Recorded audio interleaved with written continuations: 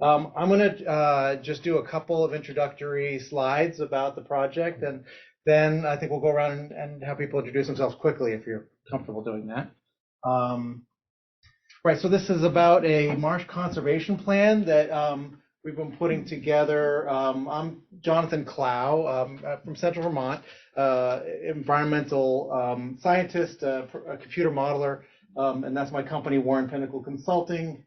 And I've been working very closely with NEIWPCC and Long Island SoundStudy, and with the EC as well. I think, does everybody know what NEIWPCC stands for? New England Interstate Water Pollution Control Commission. I do work for them a lot, but I don't remember those kind of details It's sometimes. kind of like sewage control. I think they started after the Clean Water Act to do like New England water pollution control, and then they've kind of expanded. Yeah, they fund an awful lot of research in terms of cleaning up water, ecological restoration, research, and actually sort of shovel-ready projects as well. So it's a good organization to know about. You don't necessarily need to know about what the acronym means, though, in my experience. Oh yeah, I do have to do a disclaimer because that's part of my contract.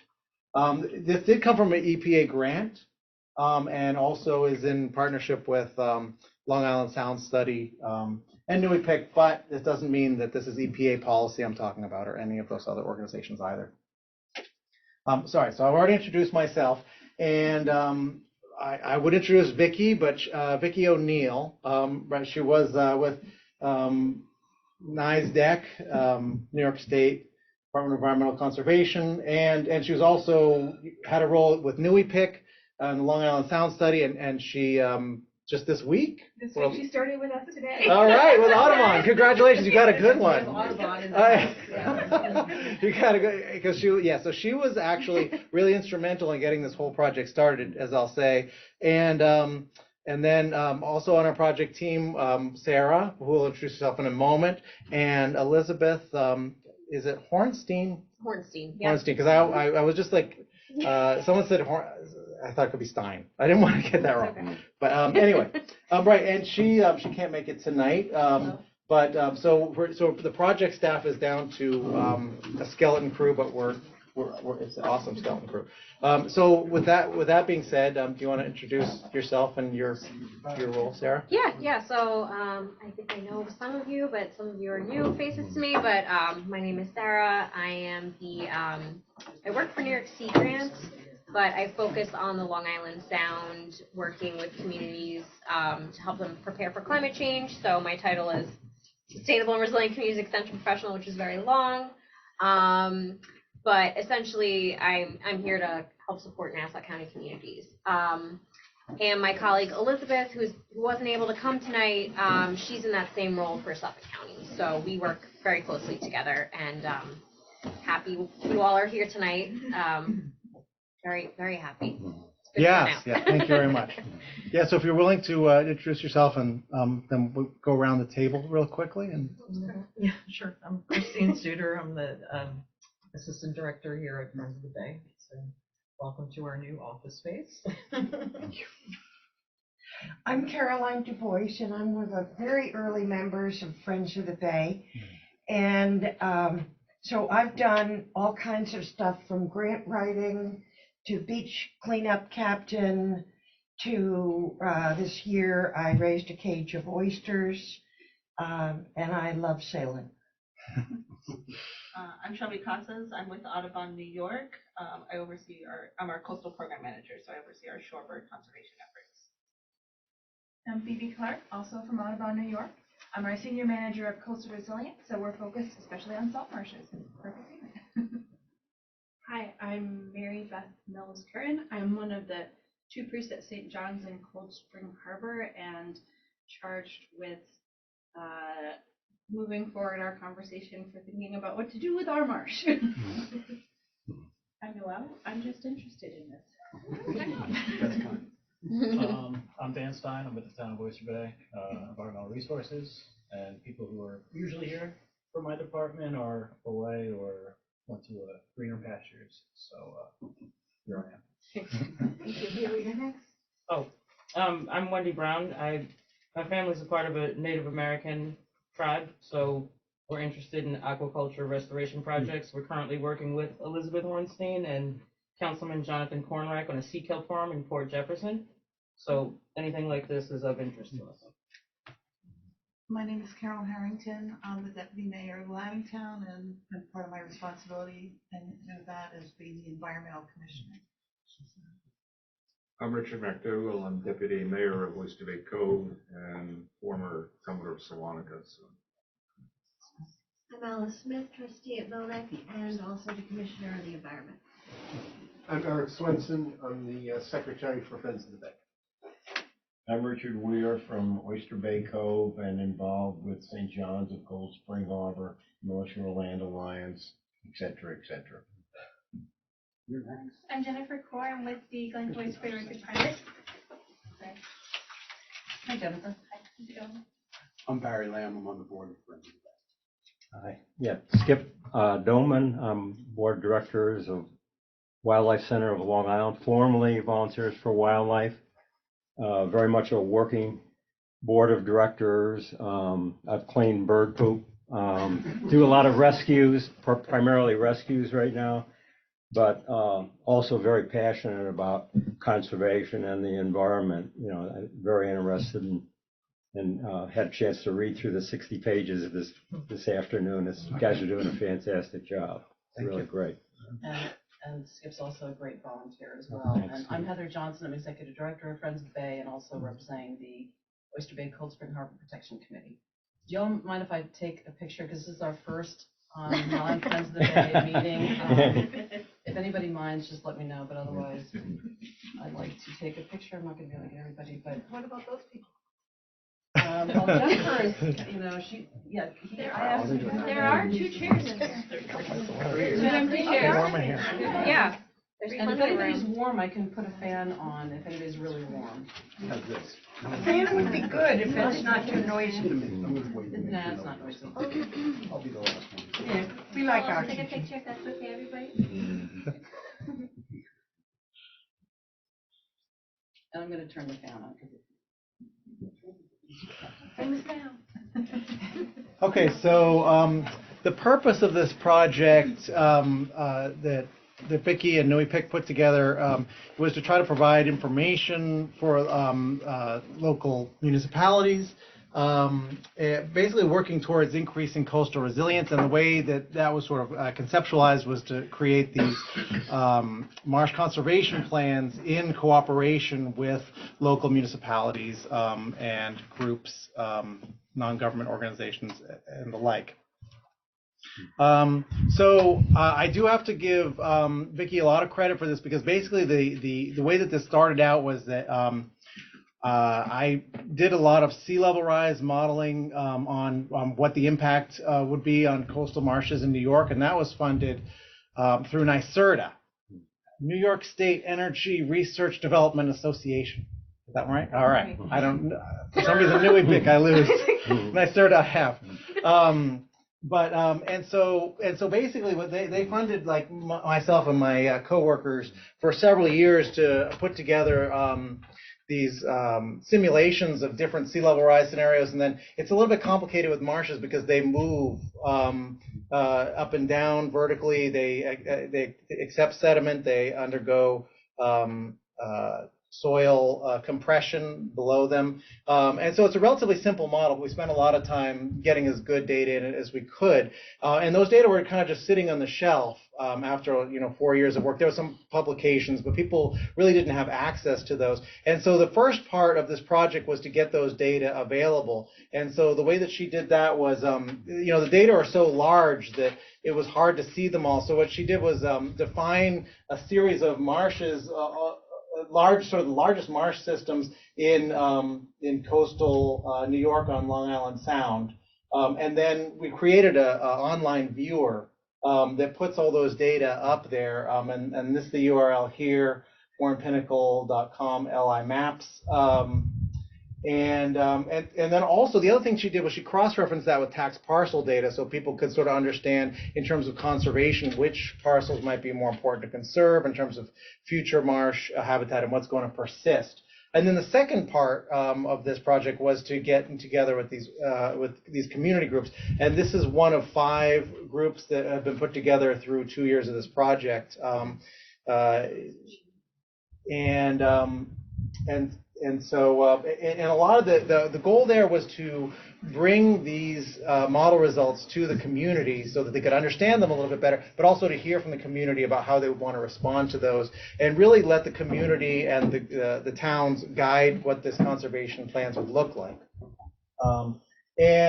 So we've developed these conservation plans, and that's what you see a draft of now. And so really at the end of this, at this project, this is the community workshop to roll it out. And our plan is to get comments from you, from anybody else in the community who is willing to give them, and get those by the very end of November.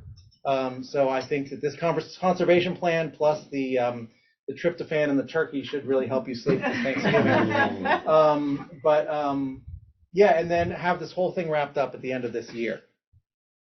And we had a very large and varied stakeholder group, which really helped us by a lot of these people attended all 3 meetings or 2 out of the 3 different meetings, and they all were sharing us with a lot of data. So we were trying to integrate as much of this information as we could. And for people that are on the stakeholder group who we didn't necessarily get what they sent us, or they feel like there's still time for you to give us additional input. But yes, there are people from, sorry, the font is small.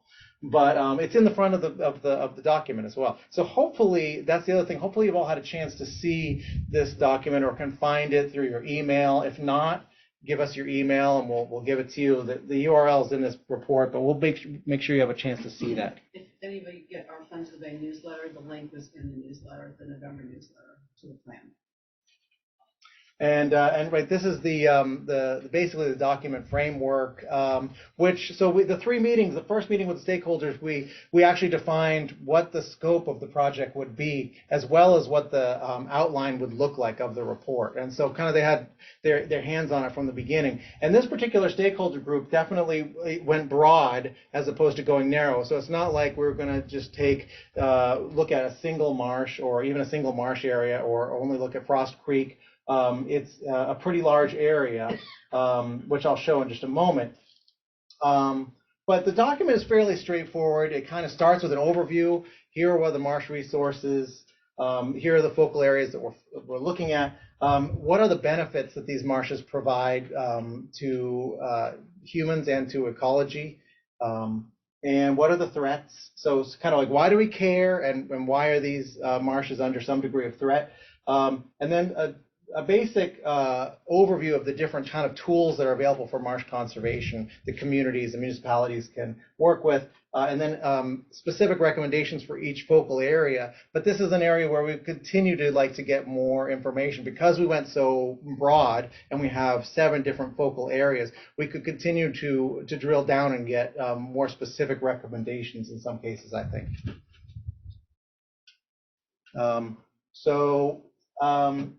So in general, it's a little bit. I don't want to speak to I don't want to speak to the board, but I'm gonna sit down here for just a moment. There are pretty significant marsh resources. This map is a little hard to see, but the colors, the blue color is our high marshes. This is according primarily to the National Wetland Inventory.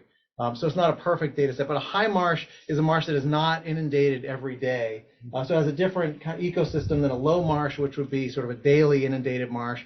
In the National Wetland Inventory, they're referred to as regularly flooded marshes or irregularly flooded marshes. And you can see that there are some very significant pockets of marsh throughout this system. So we're looking at a lot of it is irregularly flooded marsh or higher elevation marsh, which is often brackish. 206 acres of the acres that are there are that nature, and then 78 acres are the regularly flooded marsh, and they have different marsh plants within them depending on how regularly they're flooded, how much salinity that they get, and have different roles in the habitat. But one of the things that we found when we were modeling northern Long Island is that there is a lot of high marsh So a lot of the marshes in northern Long Island have what modelers call elevation capital. That is to say, they're up above high enough that they can withstand some sea level rise. Although sometimes when that sea level rise occurs, it would still potentially be a marsh habitat, but you would have a change into a low marsh habitat in the model. And the focal areas that our project group came up with to look at were Frost Creek to the left. It's a very large area. And this is, that we could do a whole report on Frost Creek itself. There's so much depth of information that we have there. And Millneck Creek is another area.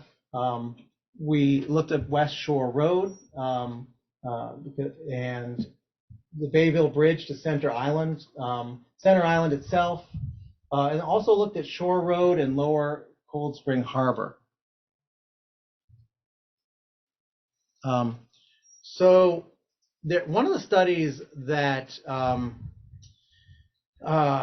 NEIWPCC put together back in 2015, so about a decade ago now, was that the state of New York had infrared photography that they used to try to get a sense of what the marsh resources were in the mid-1970s, and they had another set of infrared photography from the mid-2000s. And so they compared those. They went back and they reinterpreted the data from 1970 and compared that to the current to get a sense of what the trends are.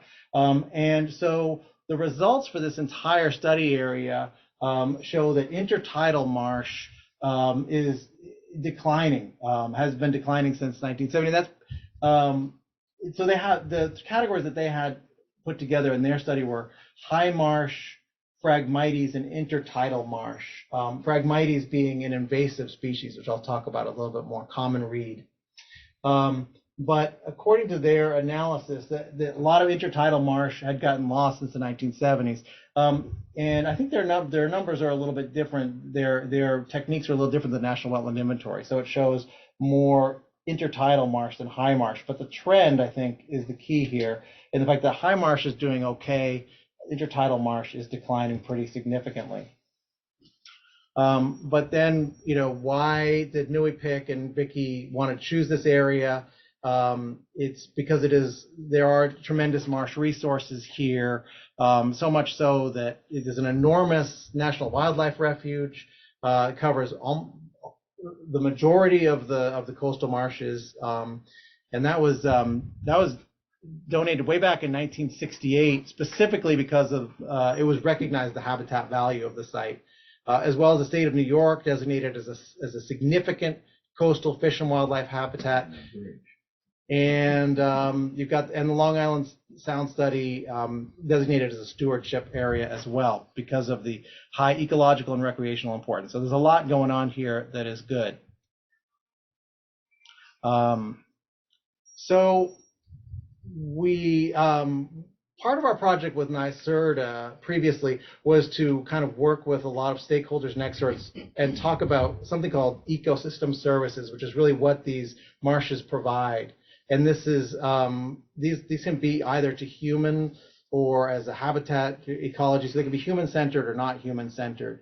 And when we talked to the stakeholders, we kind of looked at what they prioritized most in terms of this.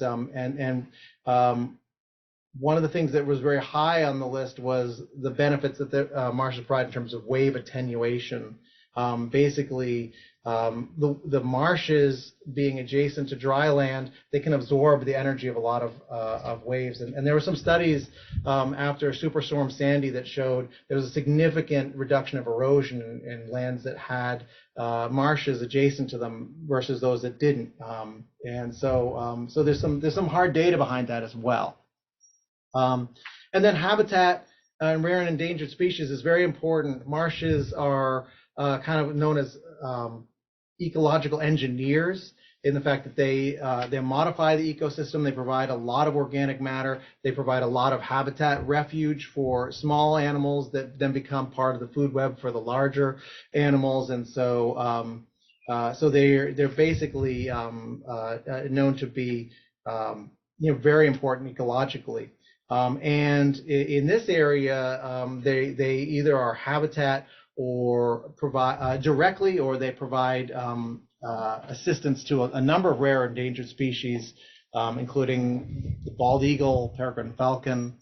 I'm not going to read the whole list, but the salt marsh sparrow is one that people are particularly interested in recently, and there are several important. There have been several sightings up here.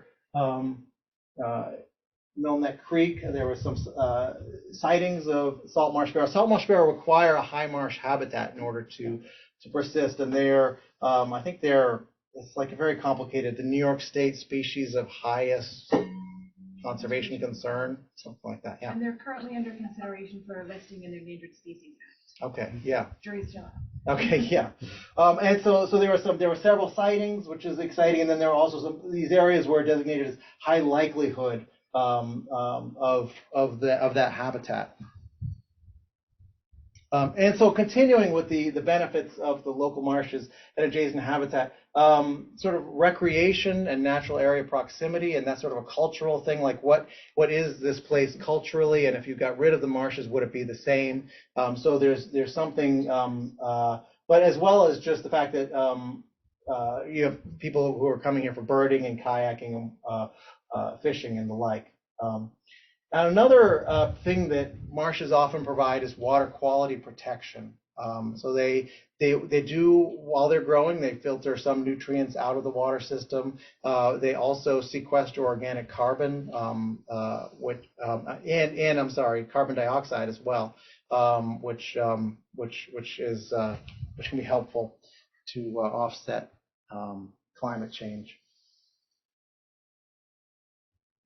And so then we talked with the group about what the threats that are being faced by the marshes, and the primary categories were invasive species and water quality issues.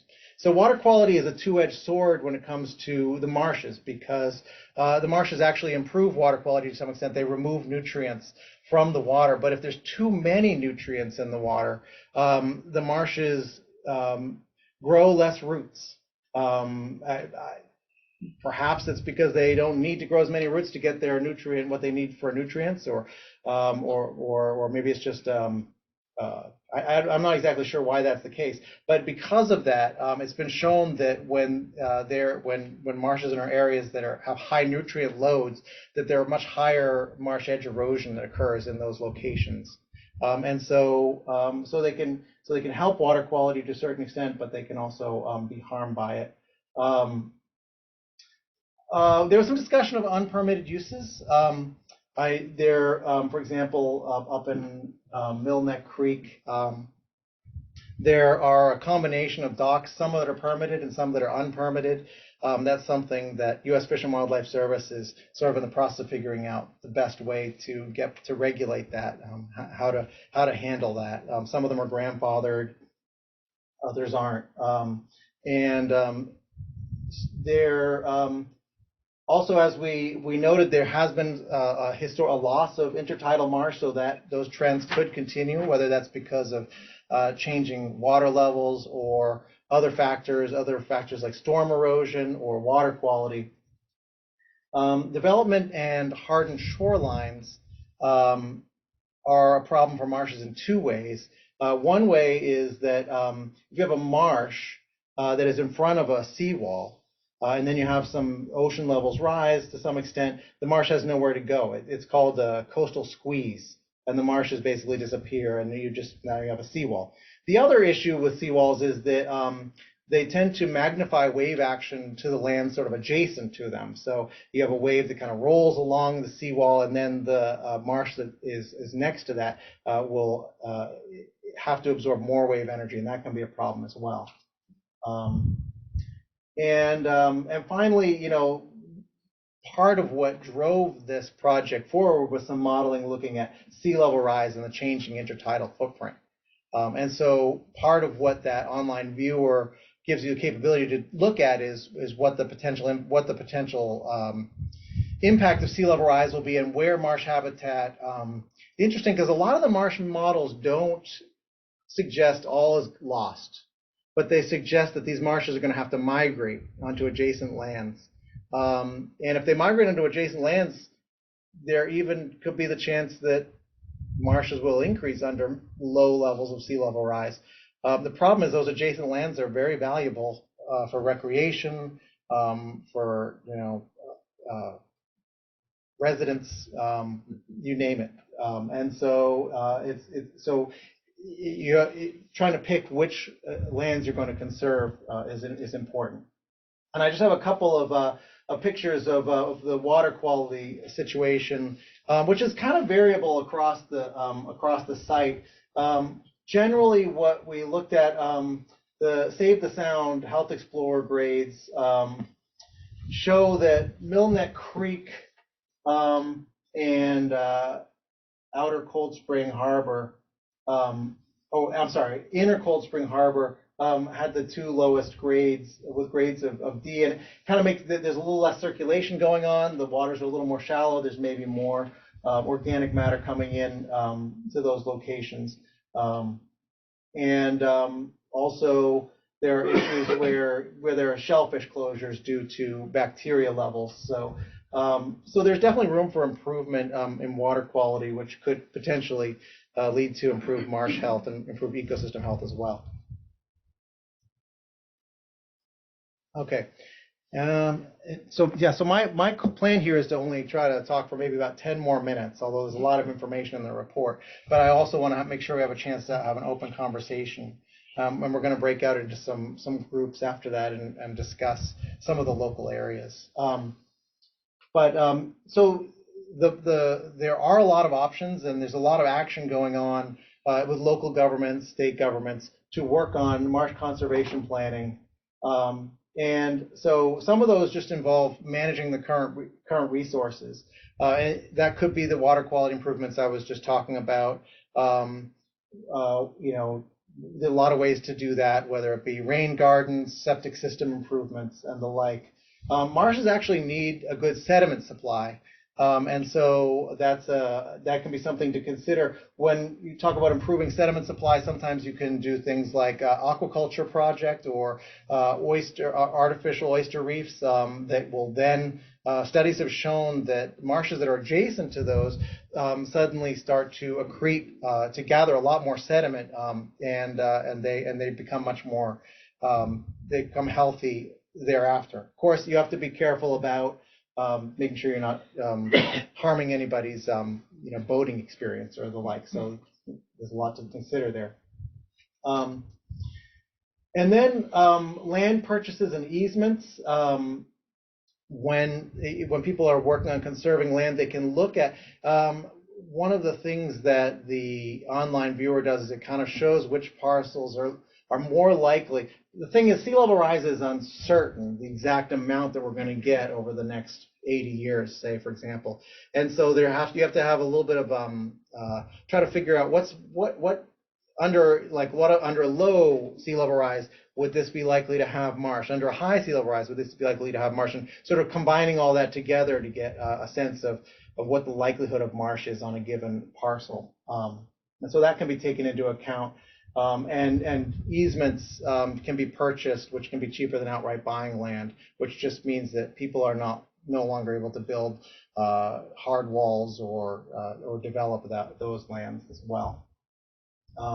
And there's a number of local or state regulations that can take place. The New York State Department of State actually has a document which is sort of I think it's called it's local laws for resilience. Anyway, it's cited in the report, and so if people are interested in looking into that. The local towns can have a lot of control over what happens to their shorelines through zoning, other methods. And marsh restoration is important. One thing I didn't talk about in terms of managing current resources, which I think is really become important, is this creation of runnels. Which is a lot of times what's happening with marshes are when the water table gets too high, they get ponding of fresh water in the middle of the marsh, which is harmful because the salt marsh needs a certain amount of salt. It tends to cause the degradation of the roots, and so you end up getting these impoundment ponding, occurs. And so what researchers are discovering, and what kind of the current edge of research right now is creating these shallow drainage ditches allows the fresh water to get out, and it also allows the salt water to get in. And that can be very helpful for also Phragmites control, common reed, because Phragmites doesn't like salinity that much, and so it really likes the conditions of and I think this may be the understanding the drainage of the marshes could be a really important thing going forward, especially under climate change. It seems like there's a lot more very intense freshwater rain events. And so to make sure that that has the capability to be drained out of the marshes and the marshes can continue to be marshes would be important. And there's a lot of there are a lot of funds available through the state and from the federal government for marsh restoration of historical marshes. So to a certain extent, there has to have some proof. It's interesting, Vicki was explaining to me that there has to be some proof that there was marshes there historically. Sometimes she goes back and looks at USGS maps from the 1880s to see where the marshes were. It's kind of they were kind of cool hand-drawn products.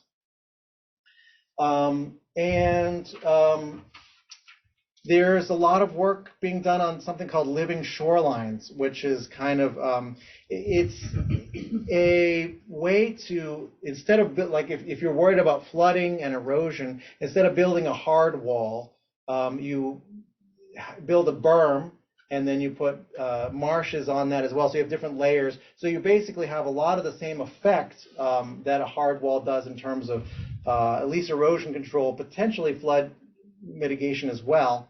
But you also are providing some ecosystem services. You have some marshes there as well. Whether that's just a temporary thing or whether that's going to, whether you would end up having a mini coastal squeeze on that living shoreline, I think they're still studying what works the best.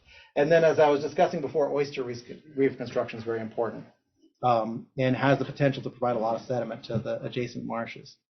There are 3 pages in the report because a lot of this stuff costs money. And I think what Vicki had in mind by pulling together the stakeholder group that we had at the beginning, which included NGOs and the state and the EPA, was that if you have a group like this that has consensus about which projects are important, that's a very powerful group to go out and write grants for and actually get some stuff done. She kind of wants to move from like the model, which is just sitting there not doing anything, to actually getting some action, which the model can inform, which I appreciate as a modeler who's seen a lot of models sit in the shelf. But so the funding is available all the way back to the grant writing assistance. You can apply for assistance in grant writing, and then you can apply, once you get that far, then you can apply for assistance with planning and engineering, and then you can even apply for funds to actually do the work, shovel-ready projects. So it's something that the federal government and New York State, I know, is really prioritizing. So if there are projects here, I encourage look at these funding sources. Okay, so now I want to go through the 7 focal areas pretty quickly and just talk about the recommendations for them. And I'm really not going to be able to give any of them justice, but we'll do what we can. So one of the things that I did in this report was I looked at those photo interpretation to see what happened between the 1970s and the 2000s, just to get a sense of what was going on historically. And in Frost Creek, like a lot of the other areas, there's a lot of loss of intertidal marsh, which is the low marsh. So that is the marsh that tends to be most vulnerable to sea level rise. There has only been moderate sea level rise in this period, but perhaps enough, as well as other. I mean, it's at the cutting edge of open water erosion, whether it be boat traffic or whatever the case might be. Now there are some sea level rise losses predicted as well, but so this map down here is showing the likelihood that an area could be a marsh habitat in the year 2100, and the reason it's a likelihood is because we don't know exactly how much sea level rise there is going to be. But so this information is showing that there's an area down here to the southeast of the study area, which is already marsh. You can see this is it in its current condition. It's already marsh. But you know, we understand that it's got a very high water table. That it is there's probably a lot of Phragmites in that location. We know that I guess there's some historical mosquito ditching there, which has been abandoned, which is filled in with Phragmites. And so that's one area where improving the drainage might actually significantly improve the health of that marsh. There's also some locations around it that have the potential. A lot of these are privately owned, so that's a consideration. But this sort of the blue and the purple mean it's a kind of a low likelihood, and the red has kind of a high likelihood. And so another really interesting area to focus on is going to be the golf course. There's a lot of very low-lying land on the golf course right in the middle. This is a golf course. You can see a little bit of it in the satellite, which is not impeded. And the golf course is the Creek Club. They have tried to. They've been an ecological partner. They're planting native grasses. They're removing Phragmites. My understanding is that there are some issues with erosion at this northern edge that they're in the process of dealing with. And so the question is, can there be some solution that would enable them to maintain a lot of that land as is? Maybe the living shoreline would give them that possibility, but they have a lot of low-lying land, so it's going to be some reckoning that's going to be happening over the next few decades, I think, in that location.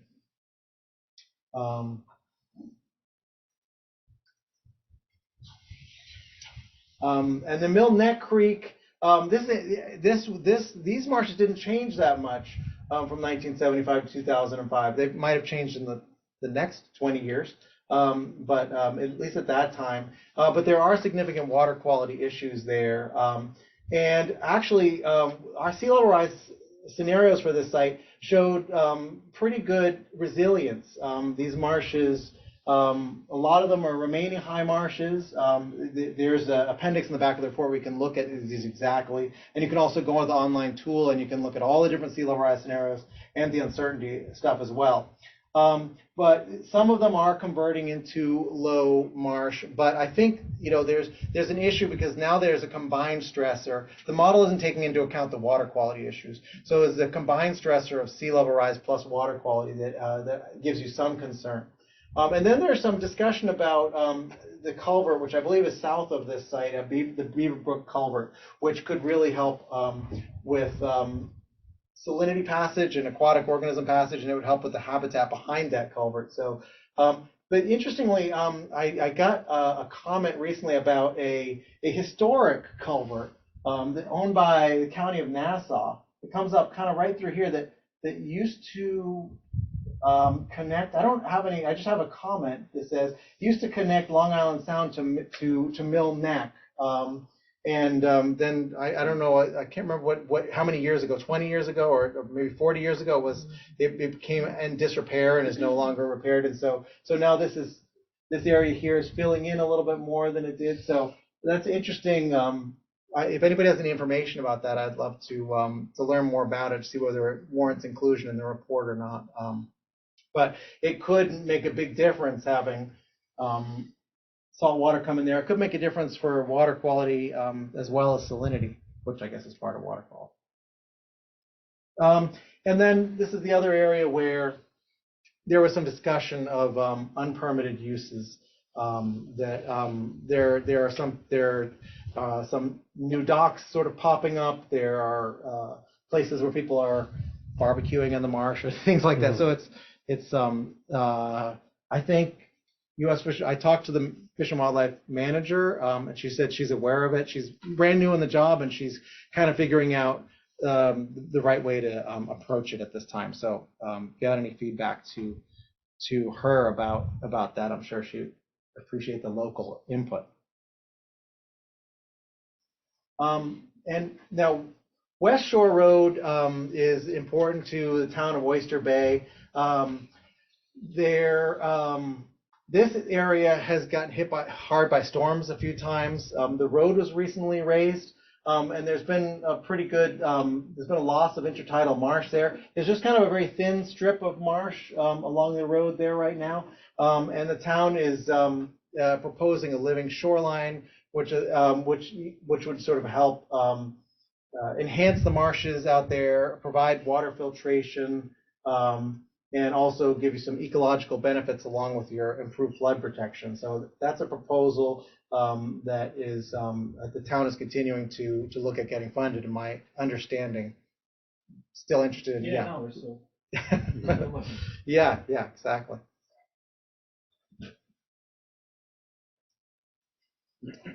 Okay, Bayville Bridge to Center Island. This is an interesting area. The marshes actually have been fairly resilient historically, and in this location of Bayville, the amount of sea level rise matters a whole lot. Moderate. This is a sea level rise simulation here, and it's showing under 3/4 of a meter of sea level rise. That's a pretty good amount of sea level rise that's occurring by 2100. It shows that a lot of these marshes are remaining intact, the low marsh. And what happens in these marshes is if you have a moderate amount of sea level rise that occurs over time, the marshes do collect sediment, and that helps them to offset that. And actually, there's a bit of a feedback to a certain extent, where the more sea level rise you have, the more frequently the marshes are flooded, and potentially the more sediment that they will grab. And so there's kind of a threshold issue. And I will note that when you get above 0.74 meters, it looks a lot worse. And I think that this is right on the edge of sort of a disaster for the town and the marshes. Let me interrupt to say that in the storm of 1991, they called it the Halloween storm, most of Lower Bayville was underwater. Yeah.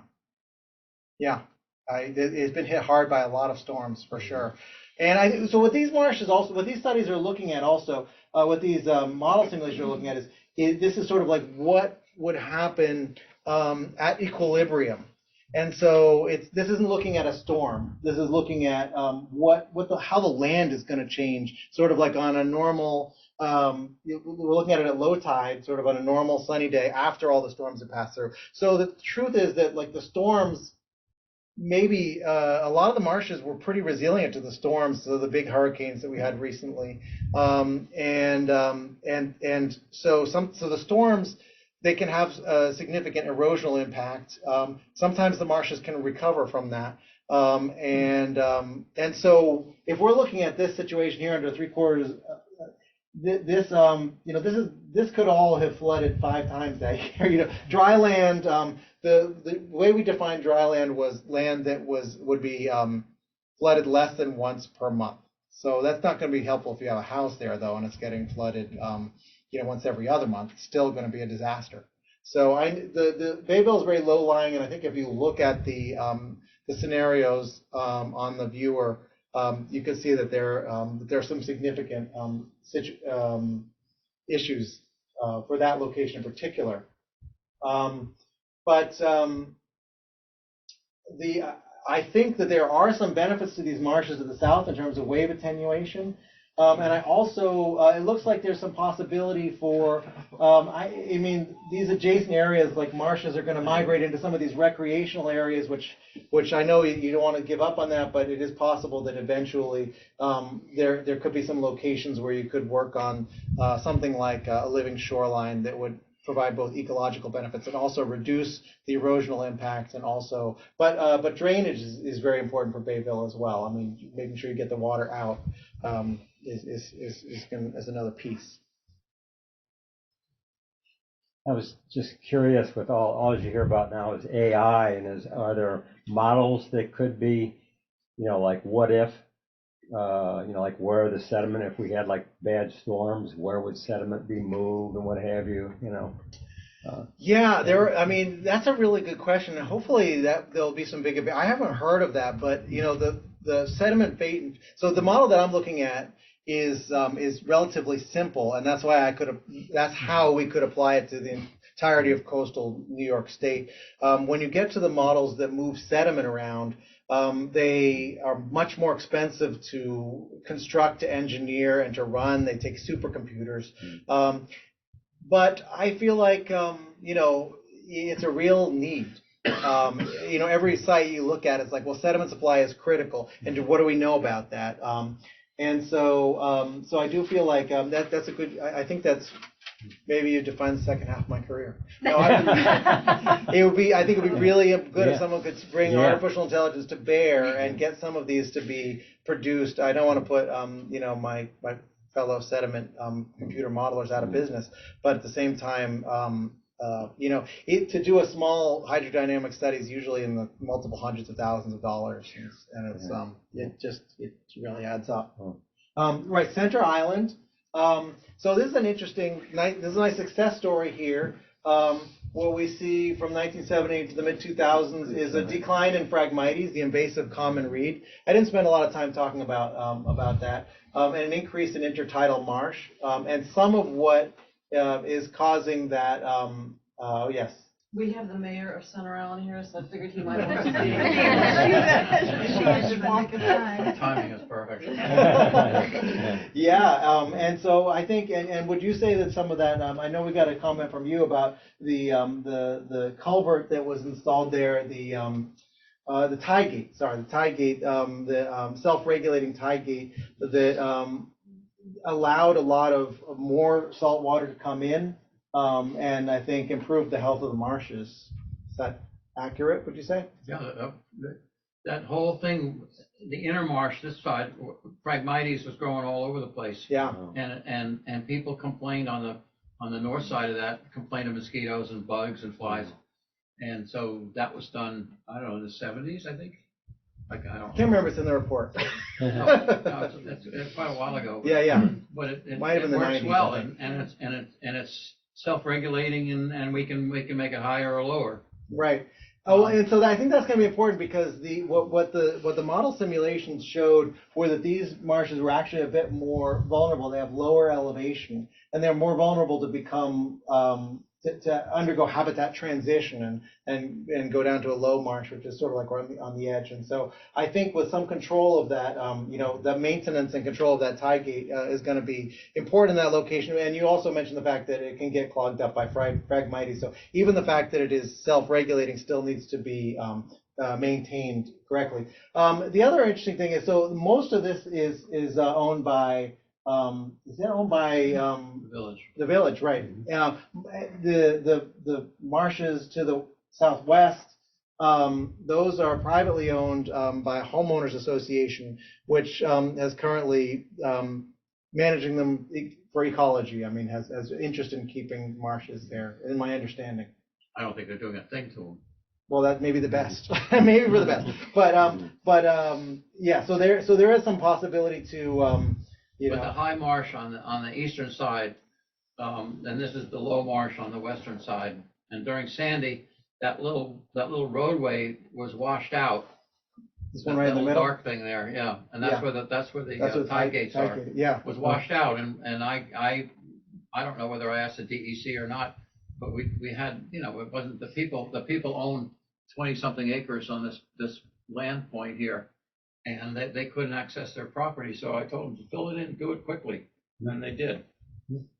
That's good. And then that 20-something acres just sold to a neighbor of mine who's turned it into a bird sanctuary. Wow. And he also owns like 6 acres to the southeast, and then another property to the southwest. So he owns probably 35 acres in there, and he has a couple of eagle nests that he's watching. Right, and it seems like, so it does seem like the while this is privately owned, there's definitely some ecological considerations. I think that's what I was thinking of, going on there. Okay, then we look at Shore Road, which is an interesting site because it doesn't currently include any marshes. According to the National Wetland Inventory. But there is an important parcel North Shore Land Alliance owns right here, and they noted the fact that you have this really high vertical relief coming down, and so the storm water comes flowing down here during every storm event and shoot. And so this is a very important situation in terms of water quality. Excuse me, which Shore Road, is that, you're in Cold Spring Harbor now? Yes, exactly. So it's West Shore Road and Shore Road. Yeah, sorry. And so that's the I actually, beach club there. yeah. Right, okay, and the old oil Standard Oil Company, got it. Right, and I believe that, is that the property that they own, the old? Mobile owns 6 acres in it. Yeah, mobile. Okay, Mobile. still Right, owns that, where, yeah. where Snake Hill Road comes straight down to Shore Road. The water, I guess, comes down Snake Hill and has formed this culvert that goes into that little Marina Creek, just to the north of that little white arrow. Right. We have a lot of The shore way you're roads talking around about here. Well, yeah, sure. Well, so this, right, right, so the North Shore Land Alliance, they did not get funded for this bioswale. But the other thing is that at the same location of the bioswale are areas that are predicted to become marsh habitat under moderate sea level rise. So it's a really valuable parcel for water quality. And we did talk to them, and they were amenable to the concept of like a combined bioswale and conservation for, you could either try to reduce elevations to allow there to be some marsh there, or just wait for it to happen naturally if it's going to happen. But I do feel like that is a very important consideration. There's some statistics about how many pollutants come off of that into, and as we discussed before, Cold Spring Harbor and Lower Cold Spring Harbor have one of the worst areas for water quality. Yeah, but there's quite a bunch of pragmatists too now. Okay. From the North Shore Land Alliance, and more this year than last year or the year before. Oh, interesting. Yeah. Yeah, thanks. So, I'm glad you're taking notes, Sarah. Thank you for that. And last but definitely not least, inner Cold Spring Harbor, and the especially the St. John Marsh. That was called St. John. This area, according to the photo interpretation, there used to be a lot more intertidal marsh, regularly flooded lower marsh habitat. I think a lot of it was up in this northern area along the side here. The high marsh, if anything, has actually increased a little bit,